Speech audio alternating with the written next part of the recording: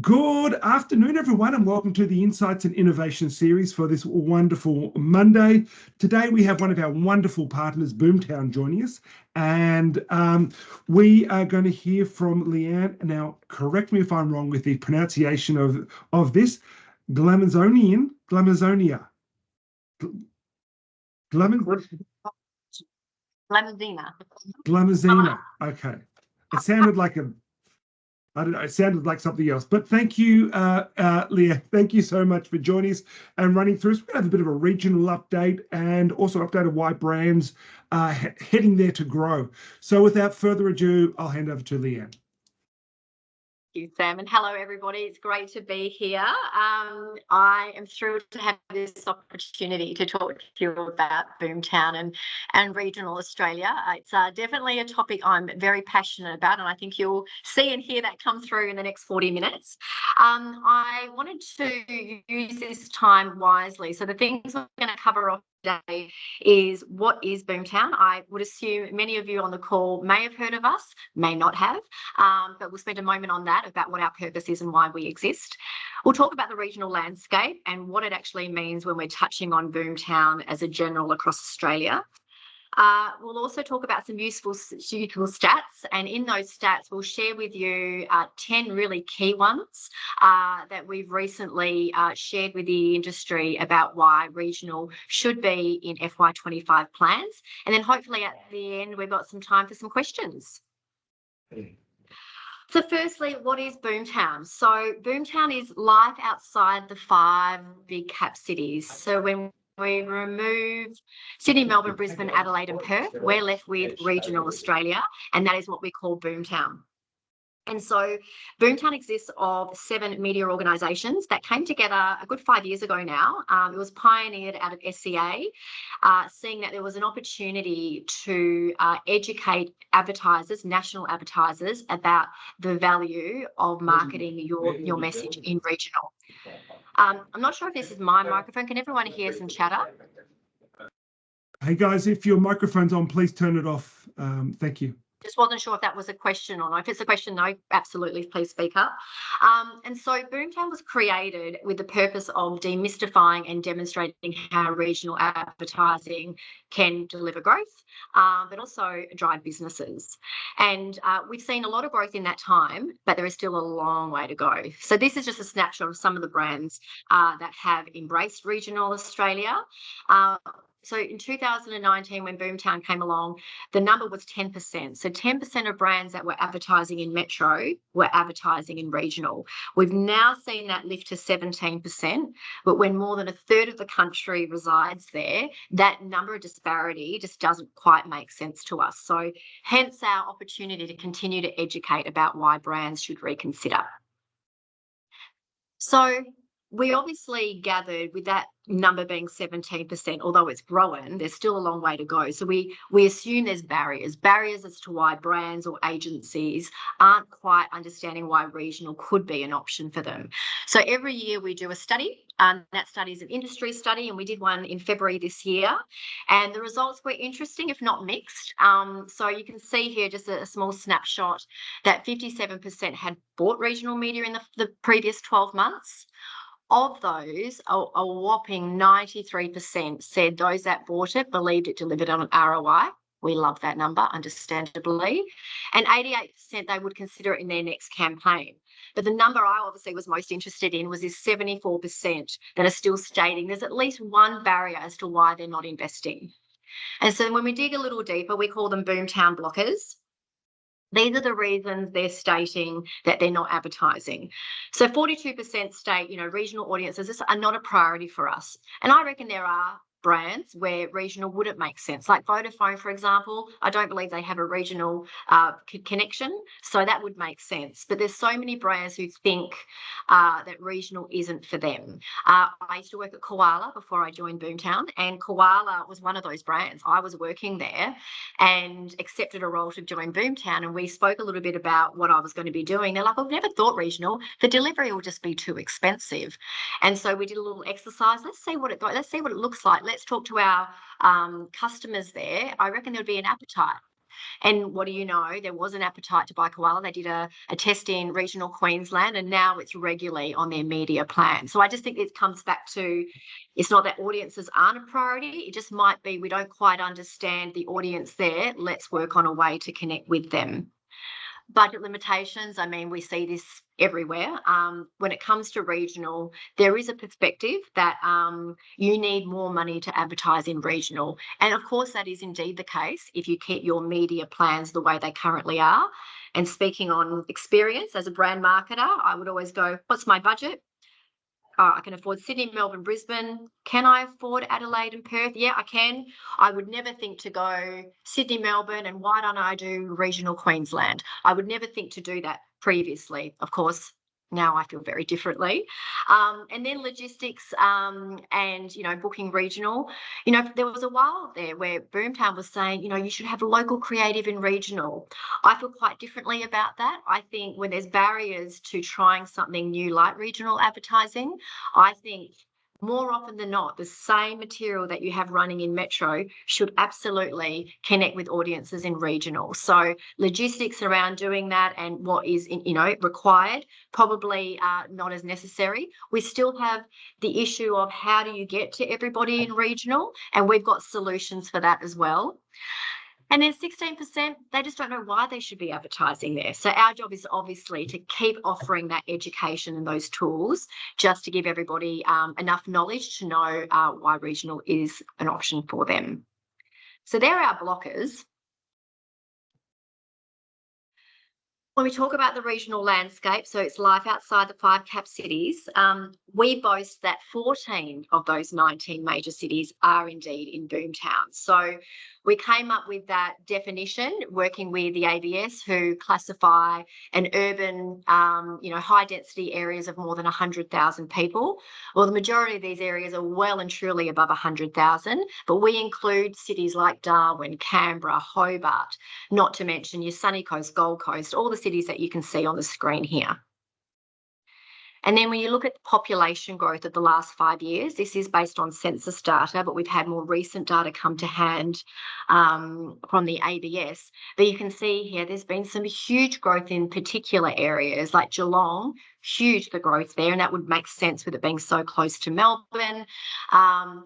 We saw an article from Bernard Salt early last week where he actually did a further study to look at the last 10 years, and Sunshine Coast, I think, hit 30% growth in 10 years. I mean, it's extraordinary, the numbers that are migrating there.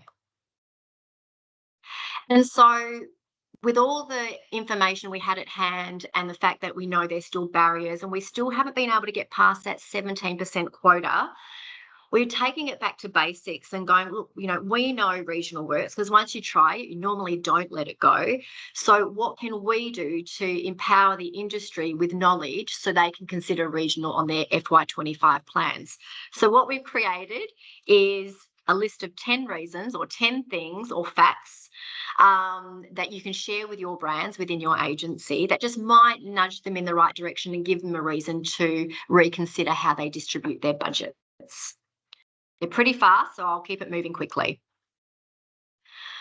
The first one is welcome to population unexpected. So when you see a number like 9.6 million, I mean, it's a big number by anyone's standards, but when you realise that's more than a third of the country, when you think about New Zealand, which has been a test market for a lot of brands, 9.6 million is almost the size of 2 New Zealands. So there is a huge audience and they're a valuable audience that's living in regional Australia, and they're right on our doorstep.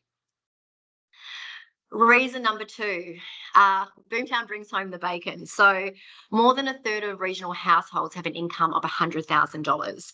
And obviously when we compare this to Metro, absolutely Metro has a higher household income. That would be expected. But we have seen that gap close and close and close over the last few years.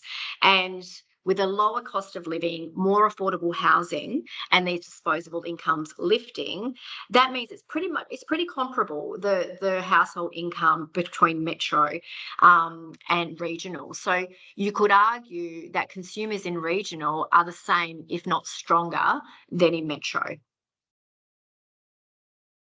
The tills are alive with the sound of Cappy cash registers. So one of the stats that really opened our eyes was when looking at grocery carts in regional, they spend 6.5% more than what they do in metro. And I saw a recent presentation from Cartology, and they also supported that stat by saying 40% of their revenue comes in from regional. So 40% of transactions are coming from regional, which when only 36% of the country live there, you can understand that they are spending more than in metro. This is just an information that regional keeps growing on every index. So regional migration, we know that's continuing to grow. Record jobs, and we'll touch on that in a little moment. Disposable income, we're seeing every single measure or metric continue to grow across regional. This is us having a little bit of fun with our ROI. So Aussie, Roy. But look, we're celebrating the fact that 93% that I shared earlier with you of media buyers are saying that it does deliver an ROI. And I recently spoke to Paul from Analytic Partners, and I wanted to understand what his view of regional versus metro was. And he was very strong with saying you are very fortunate to represent an audience that is growing and has a strong ROI. He said no matter what channel you are looking at, regional absolutely delivers a higher ROI than in metro. Just a couple of stats, I'll just focus on TV and radio for now, but TV delivers 32% higher ROI in regional than metro, and radio was 21%. So huge numbers. So who's moving? I think it would be fair to say a lot of us would assume people that are moving there are retirees. We would also think the population consists of a lot of farmers. Only 2.4% of the national audience are farmers. But what is surprising is what we've seen since COVID is the average age of people moving there is younger. So they're between early 30s to mid 30s. They're millennials, and they're making the decision to uproot their life or their family's life to start a new chapter in regional. And it's one of those things where they're not settling for less. It's not like they're going, oh, I'm going to go and move from my, busy city life into a slow life and give up on my career. It's quite the opposite. Of course, we live in an era where you can commute to work or work from home, but so many of them, their careers are thriving more than ever before. So when we talk about jobs, 60% are white-collared workers. We see that slightly different in WA, where they've got obviously the FIFO workers, but 60% are professionals. And regional is at full employment. And what that term means is they've doubled the amount of jobs in the last few years, and they cannot keep up with the demand of jobs for the amount of there's more jobs than people. So that's probably another reason why people are shifting their lives. We saw towards the end of last year, the average vacancy be around 100,000 jobs available in regional. And like I said, that's double than what they've ever seen before. Reason number 8. So spending's trending. So I know we spoke about grocery carts earlier. It doesn't just stop there. Because they've got this disposable income, they are consumers just like you and I. So everything from fashion to furniture to flat screens. These people have a good disposable income, and they're ready to spend it. So we saw a report from Australia Post 2 weeks ago. They release it annually, and I'm sure you've all read it or seen it. But what they noted was a couple of good regional nuggets. The first one was regional is outpacing metro in terms of online shopping. And then the second one was the number 1 and the number 2 areas that are receiving the most online shopping parcels are in regional. So if you represent any brands in the e-com sector or retail sector, you don't have to have bricks and mortar in these markets in order to make an impact. They still love brands that aren't available to them in person. I remember doing an interview with a girl from Karratha. mining town in WA. She works for a energy company that's based in Perth, but she can work remotely. And her favourite brands were Camilla and Mark, Mecca, July Luggage, brands that you would think a high-end city dweller would go shopping for. Number 9. So regional is the new normal. I think we've been saying this for a little while, in particular since COVID. This number that you see on the screen, almost 25%, this was taken from the Regional Australia Institute, or RAI. They do a regional movers index, and they do it in conjunction with Combat, because of course they've got a lot of data available to them.